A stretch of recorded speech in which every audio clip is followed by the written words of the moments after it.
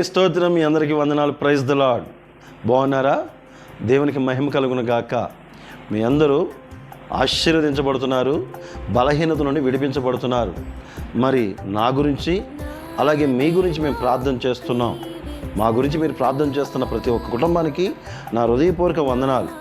ఈరోజు దేవుని వాగ్దానం కీర్తనలు 18వ అధ్యాయము 11వ వచనం. గుడారము వలె అంధకారము తన చుట్టూ వ్యాపింపజేసెను, జలధరకారములు ఆకాశ మేఘములు తనకు మాటుగా చేసుకొనెను. ఇక్కడ రాయబడిన మాట, ప్రభు అయిన యేసు క్రీస్తు వారు గుడారం వలె అంధకారములు తన చుట్టూ వ్యాపింపజేసాను. ఎందుకంటే ఇక్కడ ప్రభు అయిన యేసు క్రీస్తు వారు కష్టాల్లో ఉన్నవాళ్ళు, ఇబ్బందుల్లో ఉన్నవారు, ఇరుకుల్లో ఉన్నవారికి సహాయము ఎలా చేస్తున్నాడంటే, మొదటిగా మనం ఏం చేస్తున్నామంటే మన చుట్టూ ఏం చేస్తున్నామంటే అంధకారాన్ని తెచ్చుకుంటున్నాం, బలహీనతలను తెచ్చుకుంటున్నాం, ఇరుకులు తెచ్చేసుకొని. ఎందుకంటే డాక్టర్ దగ్గరికి వెళ్ళేది ఎవరండి? రోగులే, పేషెంట్లే. బాగున్న వాళ్ళు వెళ్తారా? లేదు కదా.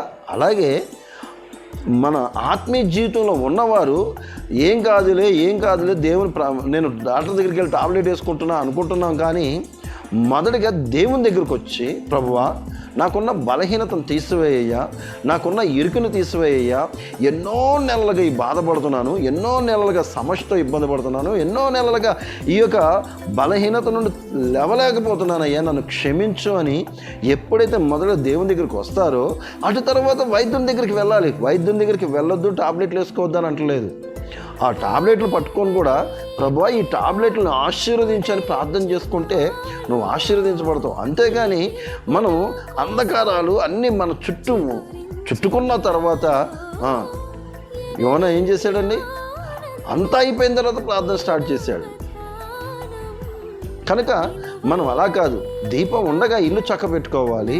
ప్రభువైన యేసుక్రీస్తు వారు నీ కొరకు నా కొరకు మరణించాడు కాబట్టి మనం ఏం చేస్తానంటే, మనకు రాబోయే ఉగ్రతను మనం గ్రహించి అవన్నీ మనం ముందే తెలుసుకొని దేవుణ్ణి మహింపరిచేవారుగా, దేవుని ఆరాధించేవారుగా, దేవుని గణపరిచేవారుగా, దేవునికి ఇష్టలుగా ఉంటూ మన బలహీనతలు ఒక్కొక్కటి ప్రార్థన ద్వారా జయించాలి. అది చేయట్లేదండి. టాబ్లెట్లు వేసుకుంటున్నాం, తగ్గట్లేదు, టాబ్లెట్లు వేసుకుంటున్నాం, తగ్గట్లేదు అంటున్నాం. అలా కాదు. ఈరోజు ఈ వాక్యం మీరు విన్న తర్వాత ఒక్క 10 రోజులు మీరు ట్రై చేసి చూడండి. ఒక 10 రోజులు మీరు ట్రై చేసి చూడండి. ఏకోజాము లెగండి, ప్రార్థన చేసుకోండి. అటు తర్వాత మీ టాబ్లెట్లు పట్టుకొని, ప్రభువా ఈ యొక్క టాబ్లెట్లని మీరు మీ యొక్క రక్తం ద్వారా మమ్మల్ని పరిశుద్ధపరచండి అని మోకరిల్లి ప్రార్థించండి. ఒకవేళ మీ మోకాలు నొప్పులు ఉంటే కూర్చొని ప్రార్థించండి. దేవుడు మిమ్మల్ని ఆశీర్వదిస్తాడు, చేంజ్ కనబడుతుంది. ఆ తర్వాత మీరే నా దేవుడు గొప్ప కార్యములు చేశాడని మీ మందిరాల్లో సాక్ష్యాలు చెప్తారు.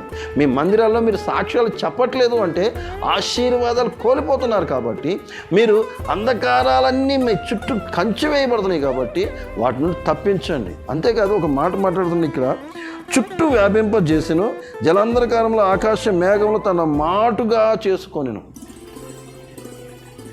తన మాటుగా చేసి మనల్ని రక్షించే దేవుడిగా, మనకున్న సమస్యలను తీసివేసే దేవుడిగా, మన పక్షమున యాజ్యమాడే దేవుడిగా, మనకు కావాల్సిన ఇచ్చే దేవుడిగా మన ప్రభు అయిన యేసుక్రీస్తు వారు మన తోడుండగా మనకు భయం ఎందుకని? ఇప్పటికైనా సరే కళ్ళు తెరిసి మీ హృదయాన్ని ఓపెన్ చేసి, ప్రభువా నాతో మాట్లాడు, నా తలనొప్పి నుండి విడుదల తెచ్చండి, నా కడుపు నొప్పి నుండి విడుదల తెచ్చండి, నా చేతుల నొప్పులు, నా కాళ్ళ నొప్పులు, నా మోకాల నొప్పులు, నా నడువు నొప్పులు, మీకు ఏ బలహీనతలు ఉంటే ఆ బలహీనతల గురించి ప్రార్థించండి. ఏ బలహీనత ఉంటే ఆ బలహీనతను పట్టుకొని మీరు ఏకోజామున 3:30-4 లేసి ప్రార్థన చేసుకొని మరల పడుకోండి. మీరు దేవుడు మరొక 10 రోజుల తర్వాత అవును ఇది జరిగిందని అనకపోతే అప్పుడు అడగండి. దేవుడు మన పక్షంన యాజ్యమాడే దేవుడు, మన పట్ల కార్యములు చేసే దేవుడు. కనుక దేవుడు మనం ఈ మాటలు వింటున్నాడు కనుక మనం ఏం చేయాలంటే ప్రార్థన చేద్దాం. దేవుడు గొప్ప కార్యాలు మన పట్ల చేస్తాడు. మరి ఈ మాటలు మీకు నచ్చితే కొంతమందికి షేర్ చేయండి.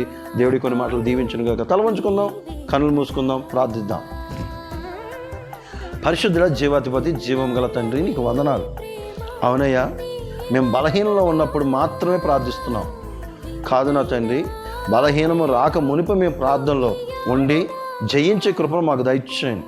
అలాగే నా తండ్రి బలహీనతలో ఉన్నప్పుడు నా తండ్రి జయమును పొందేవారుగా ఎలా జయించాలో మాకు నేర్పమని మిమ్మల్ని బ్రతుకులాడుకుంటున్నాం. నీ కృప చూపించండి. నీ గొప్ప కార్యములు మా పట్ల జరిగించి మా ద్వారా అనేక సాక్ష్యాలు పొందుకునే కృపను దయచేసి మేము ప్రార్థన చేసి అనేక ఆత్మలు సంపాదించేవారుగా, సాక్ష్యాలు పొందుకునేవారుగా, ఆత్మీయ జీవితంలోకి నడిపించేవారుగా మమ్మల్ని ఏర్పరచుకోండి. ఎందుకంటే మీరు మాట్లాడారు, మీరు నా శిష్యులు అవుదురు అని అన్నావు నా తండ్రి. అవునయ్యా, మీరు మీ శిష్యులు అవ్వాలంటే మీ ఆత్మీయ జీవితంలో మేము ఎదగాలి, మేము సాక్షిగా ఉండాలి. అప్పుడు నా తండ్రి మేము మీ శిష్యులుగా అగుదుము అని మీరు చెప్పిన మాట నెరవేరుతుంది. కనుక ఈ మాటలన్నీ నీకు మహిమకరంగా, మాకు ఆశీర్వాదకరంగా, మా కుటుంబాలు దీవించబడుటకు సహాయం చేయమని ఈ చిన్న ప్రార్థన ప్రభువైన యేసయ్య అతి పరిశుద్ధ నామమున అడిగి వేడుకొని పొంది ఉన్నాం పరమ తండ్రి. ఆమేన్. Praise the Lord. ఈరోజు పెళ్లి రోజు అలాగే పుట్టినరోజు జరుపుకుంటున్న మీ అందరికీ నా హృదయపూర్వక వందనాలు. వినండి వినిపించండి ద్వారా మీకు శుభములు. దేవుడు మిమ్మల్ని దీవించి ఆశీర్వదించునుగాక.